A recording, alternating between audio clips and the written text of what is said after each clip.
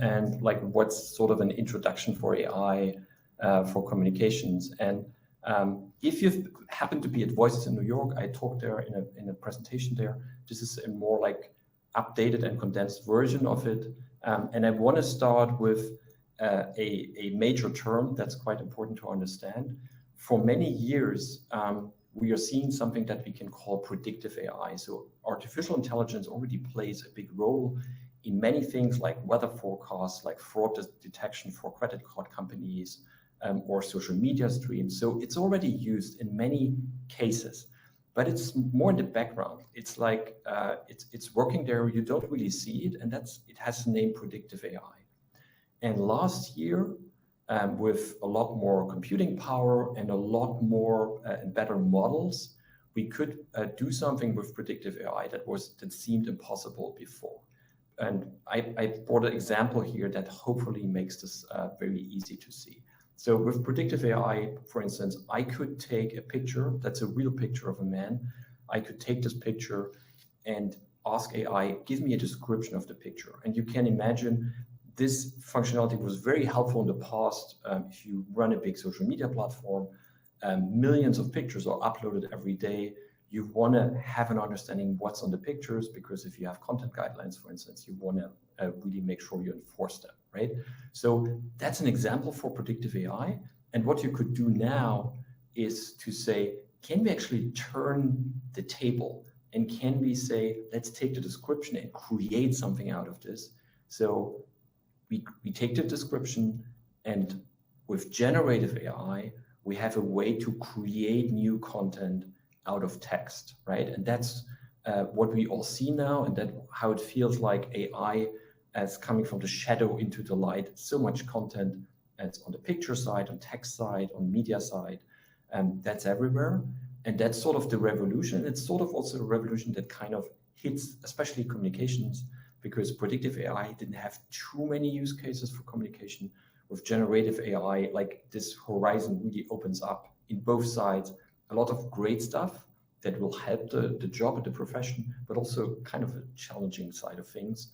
And I will talk about this in a minute. So when we talk about AI now, I talk especially about generative AI, and I want to dive into the main directions there. And number one is something that all of you probably already know. It's about these large language models and things like ChatGPT. And for definitions here, first, ChatGPT is actually a chatbot app that's based on GPT-4. And GPT-4 is something that we call a large language model, or short LLM. And you can say like ChatGPT sort of standing on the shoulders of giants in this case, right? And the powerful thing here is this large language model, which comes from OpenAI, and it's pretty much, technically you would say it's a neural network that sort of generates all this stuff and is pretty much the core of what's actually happening. GPT-4 is from OpenAI, from the company, and ChatGPT is also from OpenAI, but there are other vendors out there who are also doing this. Microsoft doesn't have its own large language model. They are using the model from OpenAI. So GPT-4, that's, by the way, it's also what, if you use Staff-based and Staff-based Companion, we are using the OpenAI model hosted by Microsoft. Google has a large language model that's called Palm 2, and the Google chatbot app is called Bard. And there are a lot of, as I said, other large language models. One example is Meta, like from Facebook. Their LLM is called Llama, right? And these are out there, and you can expect like this space to explode with a lot more of these models. And right now, if you ask like, what's the best one? The best one is actually really from OpenAI, it's GPT-4. This creates the best results. But if you would ask me, what is there a contender? Probably it's going to be Google in the near term. Google's working on a new project there. They call it Project Gemini. So their next large language model, probably coming out somewhere later this year, is going to be an entirely new model. They put in a lot of effort to make this great. Like it was a big wake-up call to have ChatGPT there. So we can expect a lot of innovation in this space. That's what I'm saying. very interesting times ahead. And right now, GPT-4 and ChatGPT are like leading the pack here. What is it? I guess many of you have already started to use it and try it, and we'll talk a bit more later about like what's prompting guidelines or how can you prompt this to really work well. I want to give you here one aspect that I find really interesting and also something maybe to look forward for the next models.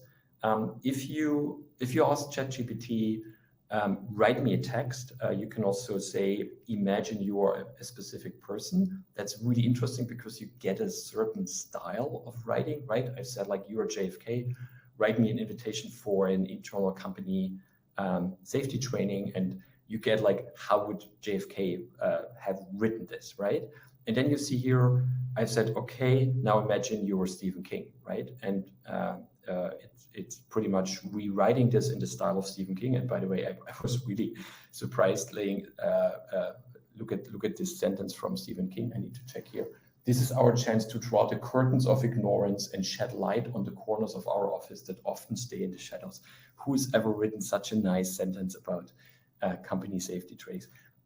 The point is that I wanted to make here, if you look at the second prompt, if this prompt would stand alone, you wouldn't know what this is all about. Like the application wouldn't know that it's about a safety training. So what it does, it keeps the context of it, right? So it understands, okay, the first question was about a safety training. Now, Stephen King, probably it's still about a safety training, and I try to change the style. So what we say here or can talk about here is a so-called context window. So the big innovation as part of this is this application can keep the context over a couple of prompts. That's why it feels like a real conversation with sort of a human, because the chat can stay in the context and answer based on the context we've provided before. And this context window also with every version gets bigger and bigger. GPT-3, the model before, had a context window of about 2,000 words. And GPT-4 has now a context window of 25,000 words. And Google already published like a paper where they say, how can we do a context window of 1 million words? And if you think about like, how can these models get better, like one major thing will be the context of it, right? Imagine you're going daily to ChatGPT and you're prompting things, and it would remember things you prompted 3 weeks ago, 3 months ago, or at some point it would say, hey, Frank, like 3 years ago, you did this other text. It was like, maybe we should take this into account and so on. The longer the context window will be, the more natural and the better this whole thing will be, right? So as one hint for new models coming out, you could ask, hey, what's the context window here? Like, how did it actually goes this further, right? And the question is like, does ChatGPT know certain personalities, major characters? Yes, it knows. Whenever a character has created a lot of content, like all like US presidents, for instance, or major writers, it will have all the content and it can impersonate. If you say impersonate myself and ChatGPT doesn't have content of you, it cannot impersonate you. With the context window, you can do things like I give you text of mine and say, here like 10,000 words of text I've written, analyze my writing style and give me the text in my writing style, right? But the more text there's available, the better ChatGPT can impersonate things. So why is this good for comms, or what's interesting? It's interesting in like two major dimensions, I would say. One is write better content faster. And there's actually numbers out there, like here from Jacob Nielsen. He's one of the UI, UX research heroes out there. And they've done tests and they say you can speed up the writing process of up to 59%, especially the brainstorming and drafting part. Editing will have to be done by humans because especially in comms, you need to make sure whatever you put out is correct, right? But still, it will speed up the process and will be a great help. And the early results we see, also a lot of early tests that we are doing ourselves, it's going to be very helpful. And that's also why we're pushing it so hard to bring it into the staff-based platform. Writing gets better. And the other thing that gets better is the whole research part. don't use it as like a Google search engine and search for specific things. I think Google's way better here, but it's great for summarizing things, right? So if you want to have to research about a certain topic, you can use a prompt like this one, like to say, what are the most important studies from the past years? List this here, right? Many know the data is only until September 2021. So if studies are like later, it will not be included. Hopefully in the future that will be the case. But it's great to sum up things. If you want to test something like this, you can also take the annual report of your company, put this into ChatGPT and say, write me a 50 or like 500 words or 200 words summary. It's really great at summarizing, condensing things. So that's really powerful in the way. So we talk, I think we've shown this many times before. A way to think about this is to say there are positive impacts, and a lot of them are what I just talked about, like faster research, better, easier creation. For comms, this also means it helps to enable local editors to write better content. And it will also help in many ways to provide employee services like an employee chatbot where you can ask things with natural language, like where's my benefits overview and so on. It will help employees find things better and faster. On the other side, we also have a lot of like potentially negative things that are going to happen. Like one obvious thing is if comms right now in a company is only like the writing office, a lot of middle managers might say, okay, I can write stuff myself now with ChatGPT. I don't need comms anymore. So comms, I think, pushes comms a bit to be more strategic in this regard. Misinformation will be a challenge in many ways. And I think also authenticity will be a challenge, and the whole amount of content, because it's easy to create content. A lot of us are already drowning in too much communication. That's why that will be a challenge here as well. But in general, I think, especially on the text side of things, much more exciting than it's scary in this regard. And that's why also we want to encourage everyone here, go there, test it, and see it for yourself. On the media side, so generative AI, text, and now we talk about media, it's pretty much the same underlying models. That's why we see there a lot of also change and development in the past couple of months. And especially with pictures, you see tremendous progress there, where pictures are looking now lifelike pictures, really hard to distinguish what's fact or fiction anymore. And there's also with one of the leading tools, there, Midjourney, there are some nice trends that I personally really like. So one trend is on the left, the celebrities in everyday jobs, like Brad Pitt as a construction worker, or Tom Cruise at the supermarket. Or another cool trend is the historic selfie trend. So there's a lot of selfies from historic events. I think it would be that's a great way to sort of spice up a bit like the history lessons at school probably in the future. I show this because I want to show to you, I think that's art, and the whole discussion, is this all fake, or can AI be art? I think the creativity to come up with these ideas and create these pictures, that's already art in itself, and it just shows what's possible with this modern AI image generators. Just in terms of what's out there in the market, there are a couple of these generators. Midjourney is one, DALL-E is one. DALL-E is the one from OpenAI, and we have Stable Diffusion. These are like the three main ones. And right now we have a pretty clear winner here. And I can give you one example. We did the example with the question, show me a picture of the Pope in New York on a skateboard. And that prompt, we put the prompt into DALL-E. We put the prompt into Stable Diffusion. So you see like very basic pictures here, like looks a bit broken also in that regard.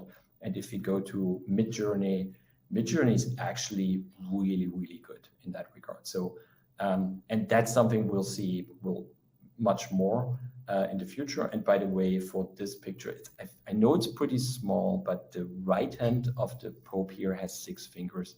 That's usually one of these things where you say, oh yeah, it's AI. Most of them come now at a cost. Midjourney is a cost. I think it's $10 a month or so in terms of the cost. So the challenge is seeing was believing, not anymore. Many of you may have seen this fake image of the Pope. 2 things here that are important. One is you see an emerging trend that media companies are like labeling these pictures and saying generated by AI. Maybe that's also a way forward to deal with these pictures, to make sure, like a watermark, to make sure, hey, be careful, that's an AI picture. And the other one that I wanted to highlight here, this picture was created by a 31-year-old construction worker from Chicago. So everyone now, you don't need to be a media specialist, everyone now can create these pictures. And there's no way you can distinguish them anymore. And while the picture of the Pope might not have had a lot of bad outcomes, there are other pictures. Maybe you've seen this. A couple of weeks ago, there was this picture of a supposedly a fire or explosion near the Pentagon in Washington, D.C. And this was a fake picture. But with this picture being distributed on fake channels on Twitter, the stock market, I think, went down 2%. And so until they realized, oh, it's actually a fake picture. And we all will see a lot more of this, a wave of these sort of fake stuff coming up. And that's something that's a real challenge for communications. That's definitely something you will have to deal with. And that's something that will be a challenge in your roles, right? So for social media, there was a question, do you need to say they were made by AI? You don't have to give credit. No. First, for instance, for Midjourney, there is a subscription where you can, if you pay a bit more money, you can use this, take the pictures afterwards and use it for wherever you want to use it. There is not a current, let's say, guideline on how to market and say, where is this coming from? There is an emerging good practice to say image created by Midjourney and generated by, and then maybe even a person, if a certain person has created this picture. So there's some emergent rules, but no hard rules yet how to mark these pictures. So the question is AI an opportunity or a threat? And especially which rules do we need, or what are the action points, especially from a communications point of view? And for that, I wanted to give you 2, because I know a lot of writing out there, about pros and cons and the challenges, 2 smart things that I want to show here. One is a very smart presentation by Tristan Harris and Asa Raskin. Tristan Harris is pretty well known. He is the author of The Social Dilemma. It's a Netflix documentation about social networks and how they work and how this engagement algorithm really sort of starts to destroy societies and why it's so dangerous. And they have, in March, they've done a presentation. It's called The AI Dilemma. It's, if you look for more cautious, pessimistic point of view, that's the smartest presentation I've seen. So I can highly recommend that to have a look at that. The main thing that they do there is pretty much, we'll share the links in the chat. Yes, happy to do so. The main thing that they do there is to say, for social media, in the first thing, it looked really nice, and it looked like give everyone a voice, connect with your friends, and join like-minded communities and so on. But then we've seen there's actual behind the nice face, there's a small monster, and addiction, disinformation, and so on. And then they say, but even behind that, there's a much bigger monster, and that's this engagement monster that pretty much entangles every part of our society. And now really has a lot of like negative impact in many ways on our society. And I think that's a really smart analysis, and they pretty much do the same thing with AI. And they say, on the first side, AI has a lot of good outcomes and a lot of interesting things. On the second, there's sort of some challenges that we see, but the real monster here is again entanglement, and it will be it's a race for intimacy. Like AI services want to be your personal best friend or your personal service, and will define a lot of things in your life, right? So I can highly recommend that if you have the time in that. And the other one, that's the more optimistic view, also very smart, very thorough, and a great read here is from Mark Andreessen. He's a venture capital, one of the co-founders of Andreessen Horowitz, and he's written this article about like why AI will save the world. And I can also highly recommend this because he goes into all the upsides and also the potential downside, and has really good argumentation why this is good. So if you say, I want to understand the spectrum and I want to really have the smartest people teach me something, that's something I can definitely recommend. And talking about smart people, here's my third recommendation, and that's also a nice like mental model to think about it, is from Nicholas Thompson. He's the CEO of The Atlantic. And he does something that he calls the most interesting thing in tech. It's like a daily video. He's recording mostly somewhere in public spaces. And it's really funny to watch this, and really interesting, really very smart guy. And he did this one about AI and the challenges of AI, and should we regulate AI, right? And he was pretty much saying like there are 3 buckets to think about.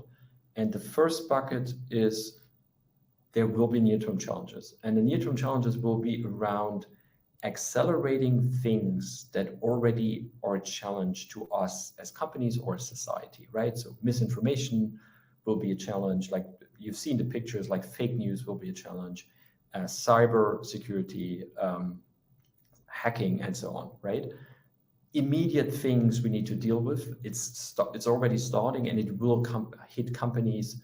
I explained before, you need today about 2 minutes of voice of any given person to recreate that voice with AI and make that voice say anything you want, right? So it's very easy.